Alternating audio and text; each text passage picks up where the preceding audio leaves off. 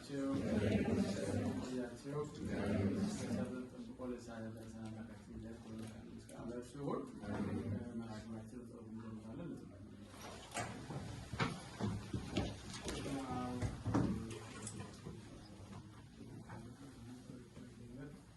ሁለት ሶስት ናቸው ስለሰበሰቡ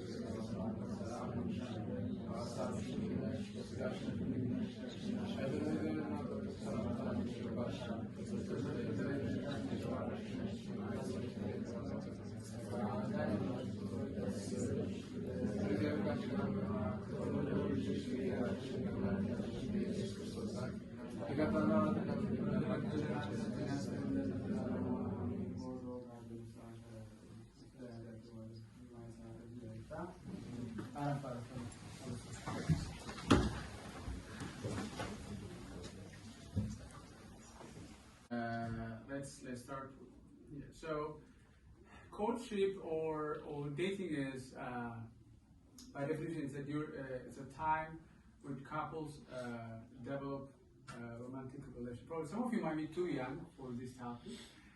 Keep that in mind, and especially with a view towards marriage. So this is a general definition, and this time is considered to be a special time, a base time for couples before getting into marriage. It's a fun time, right?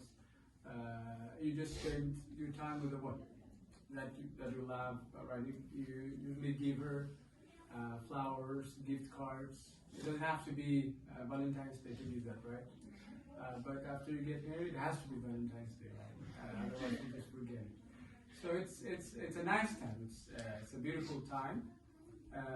So we need to know how to handle or how to manage that time.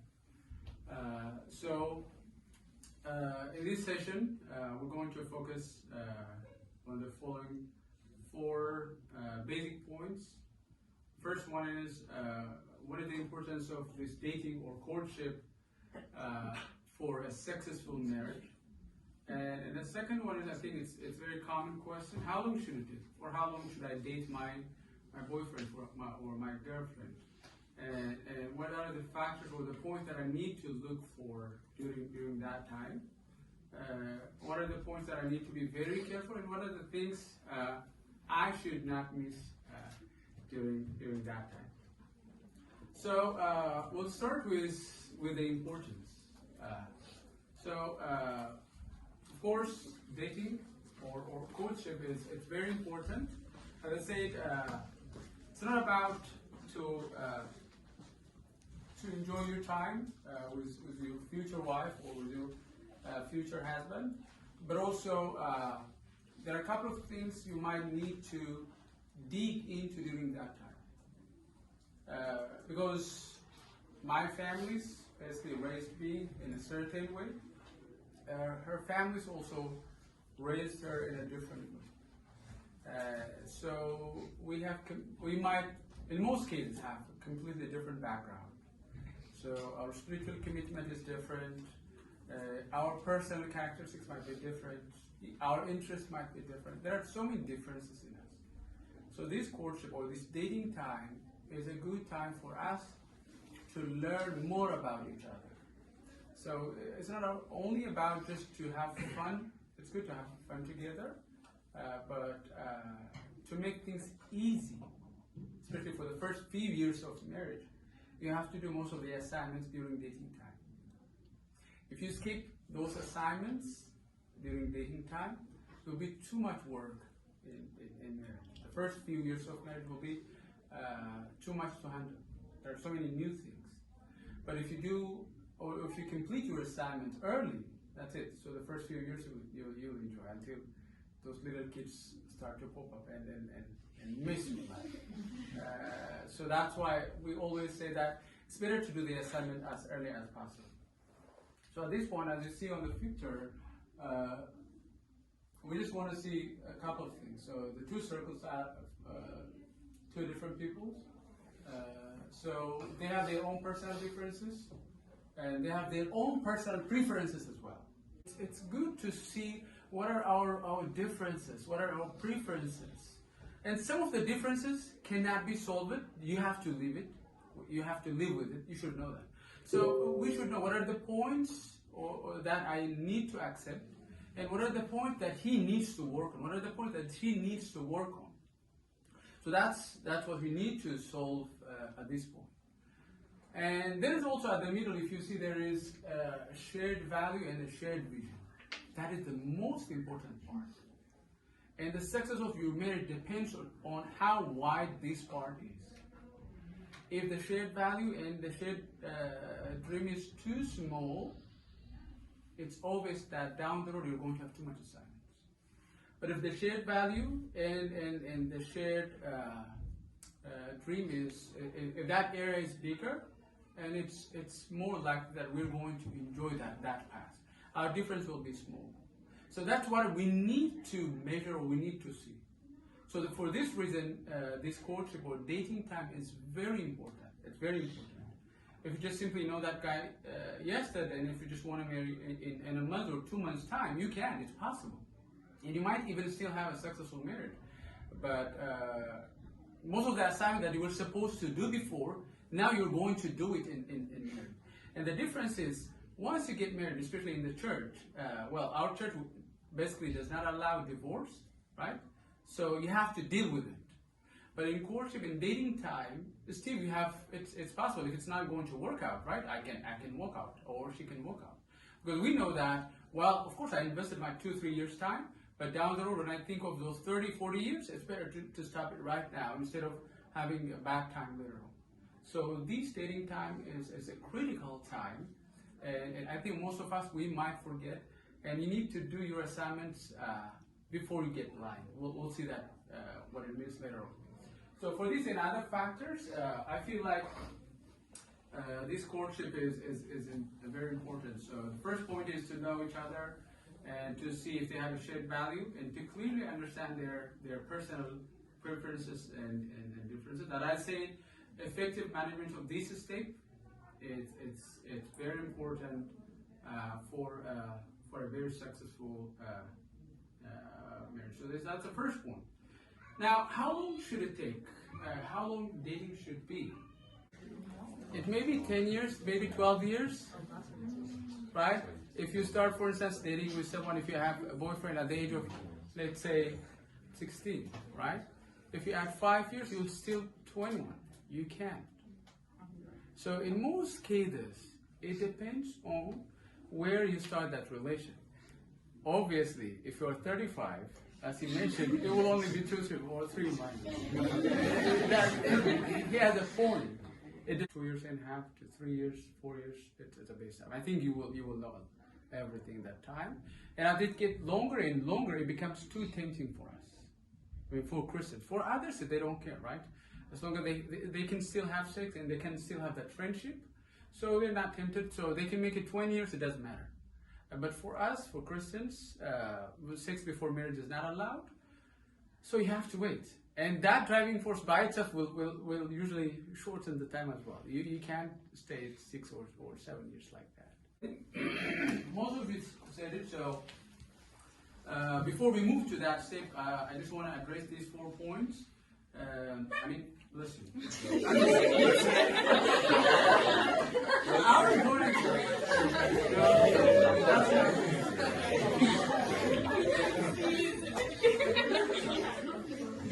you're faking this, right? I got you. So, one thing I just want to add here is how long does it take to get to spend on this dating time is these 4 factors also play a big role. I mean, as I said, of course, 2 years and a half to 4 years, in my view, it's a good time.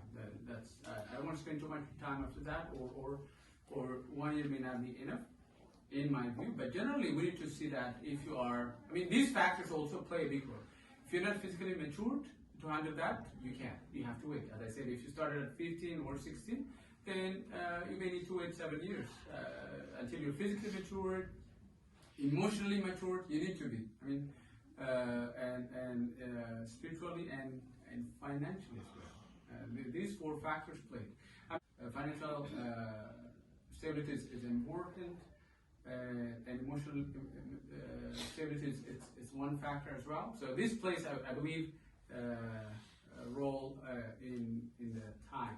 So what are the things we need to look for during a courtship or during our dating time? Because this is a puzzle, right? So there are pieces that best fits, but there are few puzzles, as you can see, that doesn't seem fit very well. So I'll just give you a few insights. These are not the only points. I mean, each and every one of us might have a different view and different points as well.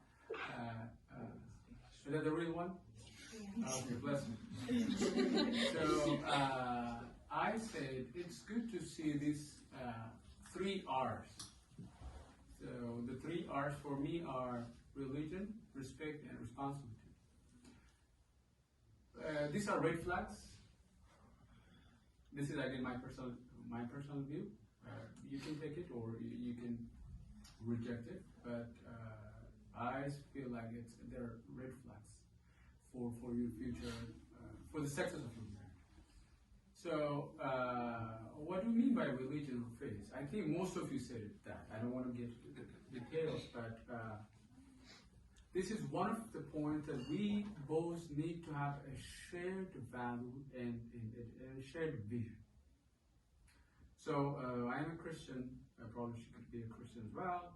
And what kind of life do we want to live later on as a Christian? This is one point we clearly need to agree on. Because I want to have a confession, I want to take Holy Communion, I want to come to the church, I want to attend liturgies. So this is my interest, let's say. What about her? Oh, she may not be interested, right? She feels like if she goes to the church once a month, it could be fine for her. Or you can flip it around. She could be the one who goes to the church every week, and maybe the person who just simply sleeps the whole morning, Sunday morning, and I just want to go to the church and maybe once or twice a year.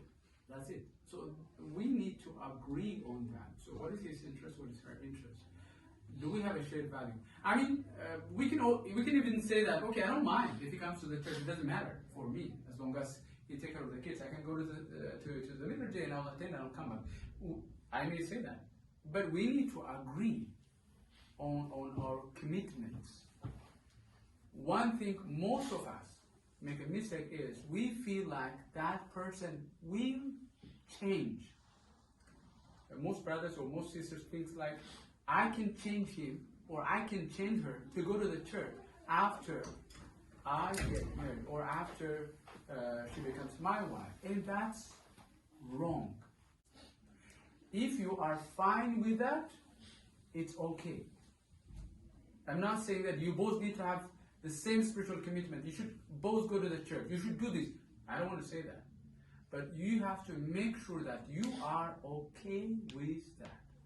Don't expect the person to do what you do unless you agree, unless you feel like that person will do the same thing. So this is one of the points I feel like it's a red flag. If I see any disagreement, then I have to walk away as soon as possible. I don't have to take her time, and she doesn't have to take my time. Because we're going to argue always.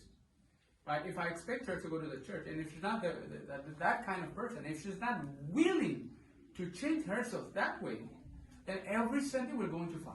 Right? We have to go to the church. Woke up. I'm not. You can go. We're going to fight. And this is going to be a source of big mess for life. So as a Christian, number one, when I say religion or faith is, what kind of spiritual life do you want to have in your future life? But they should be on the same page. You don't need to pull each other. I think that, so that's when I say religion. And to me as a Christian, I feel like you need to have confession, Father, and you need to agree on that as well. And as a Christian, you need to take Holy Communion. You need to live that life. Whatever money you have, whatever fame you get, it means nothing without Christ. The second one is respect or honor. Again, this to me, I consider it as a red flag. I mean, respect, you can see it in many ways. But in most cases, it's not about, I mean, when you go to a restaurant, right, he will just pull a chair and he'll let you sit, and then he will sit, right? You feel like, oh, he is so nice, he respects me. That's good, but that's a false flag for me. So the real personality, you will see that person when things go wrong, right? When he's so mad, how will he respond, right? And when she gets mad, how will she respond? So that's when you see how well that person really respects you. How well he cares for your true feeling. Right? So when I get someone, I don't care, I don't want to see you, that's it. Well, I can walk out. If I do like that, I don't see the respect in that regard. So this is also related to emotional intelligence. So earlier we said that spiritual maturity is important and emotional maturity is also important. And you will see that. So respect for me includes a lot of things. Through respect, you see emotional intelligence. Through respect, you see spiritual intelligence or spiritual maturity of that person as well. And you can see it in many ways. And people try to fake it. They'll fake it during good times, but you'll be able to see that during wrong times, right? When you do a big mistake, how will he respond, right? So of course, you did something wrong, but how will he tell you that? You should be kind enough not to hurt your feeling. You should be good enough to care how he basically says his words. And the same is true for her as well. And that shows the love and the respect that that person has for you, I believe. And that's one of the things we may need to see. And the last one is, I think, responsibility. And it's so hard to define responsibility, but the few points that I can say is, for instance, do you work? By the way, work by itself shows responsibility. If you're old enough to work, and if you're not working, I always ask why. So responsibility has so many things.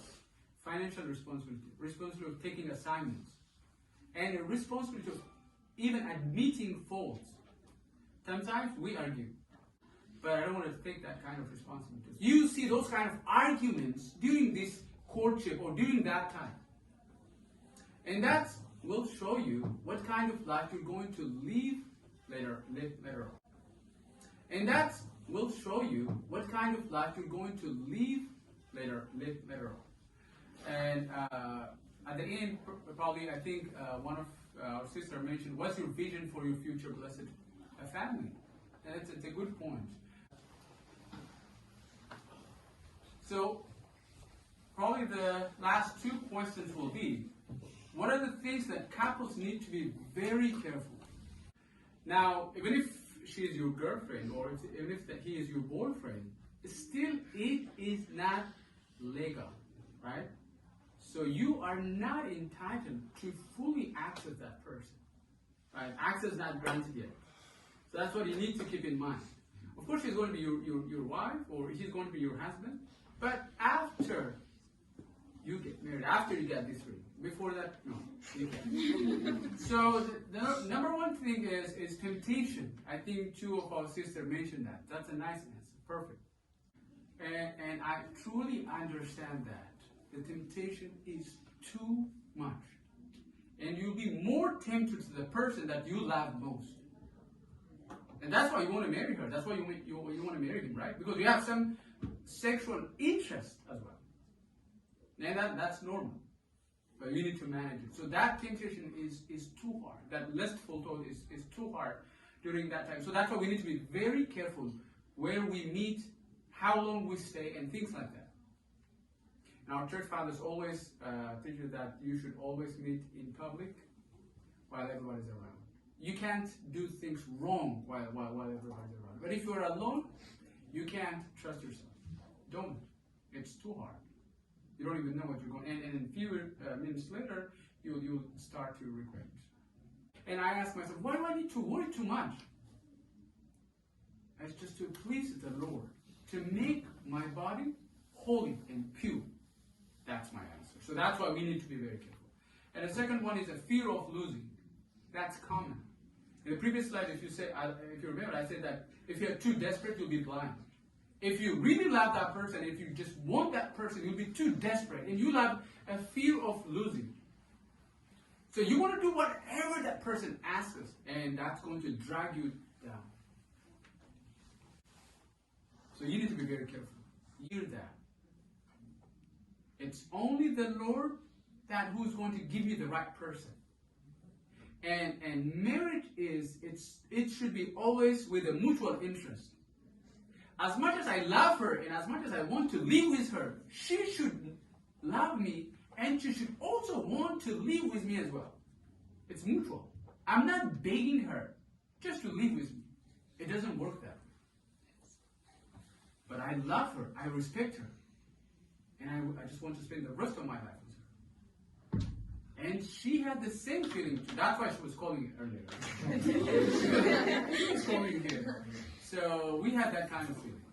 I mean, that's the mutual feeling we want to have. So I should not have a fear of losing her. Why would I think like that? Oh, I think one of our sisters also mentioned about the peer pressure. I totally agree with that. That's what we need to be careful. And you need to be very careful with whom you spend your time. Some of your friends say, oh, you have a boyfriend? Did you kiss him? No, not yet. Wow. Kiss him. And you can't tolerate it. And next day you get them. Oh, did you kiss him? Not yet. Oh my God. I'll kiss for you. Then that's okay. Yeah. And then, so peer pressure and those who are nearby are the ones who are going to make things nice, at the same time who are going to make things miserable as well. So you need to put a big boundary for that. And the last point is get confusion. I pray for you not to get into this circle. There's 50-50 things. There are 50% of the things that you like that about that person, and there's 50% of things that you don't like that about that person. Then you get confused. You want to walk away, but there are things that you love. You want to stay, but there are things that irritate you. Then you get confused and you waste your time.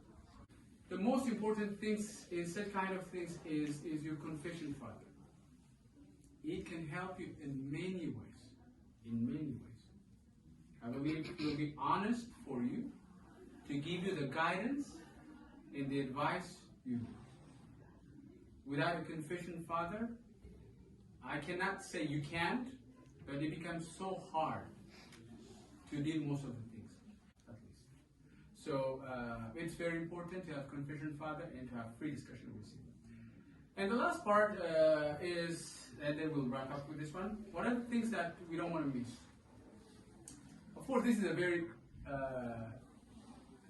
sweet time. But this courtship time, dating time, has its own sweet values. So don't miss it. Grow together. Don't stay too long, like 10 years, 8 years, no. And 4 months as well, that's too fast. Grow together. Grow together. Start things that you want to do things. Go to the church together. Or have the same confession father. Take Holy Communion together. Go to spiritual places, visit those spiritual places together. Go to monasteries. Grow together. That's a sweet time. It's a very sweet time. And develop a habit of sharing your burdens, concerns, and views appropriately. This is important. Don't be afraid to share what you think is not right to your wife or to your girlfriend. This is what I think. What do you think? Share your views. I mean, because if you don't, if you lie, if you hide, then in marriage you can't. She's always there, you are always there. You have to say it. Then she feels like it's new, it's weird.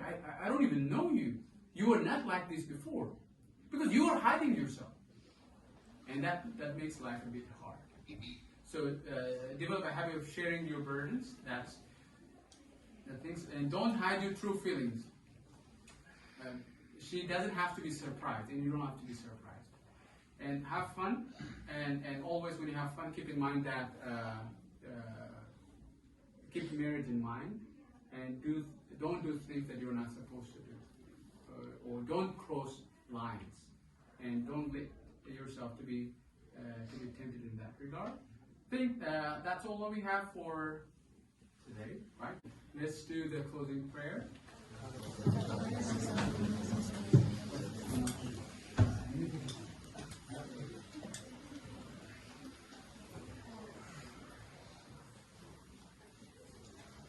Heavenly Father, in the name of the Father, the Son, and the Holy Spirit, one God. Amen. We give thanks unto thee, O Lord, for giving us this hour to study, to learn your word, to help us to learn how to live in harmony and unity as husband and wife, as boyfriend and girlfriend, as brother and sister. We ask you to bless all of us with a pure mind and a pure heart. Grant us the grace of the Holy Spirit so our hearts and our minds are pure from all lustful desires and evil thoughts that could drive us in the wrong way. We ask you to bless our Father, Mrs. Tedros. Bless our brothers, deacons, our sisters, in Zemaran and Memonat here in this church. And keep us all in safety and in peace in this day and all the days of our lives. About the church.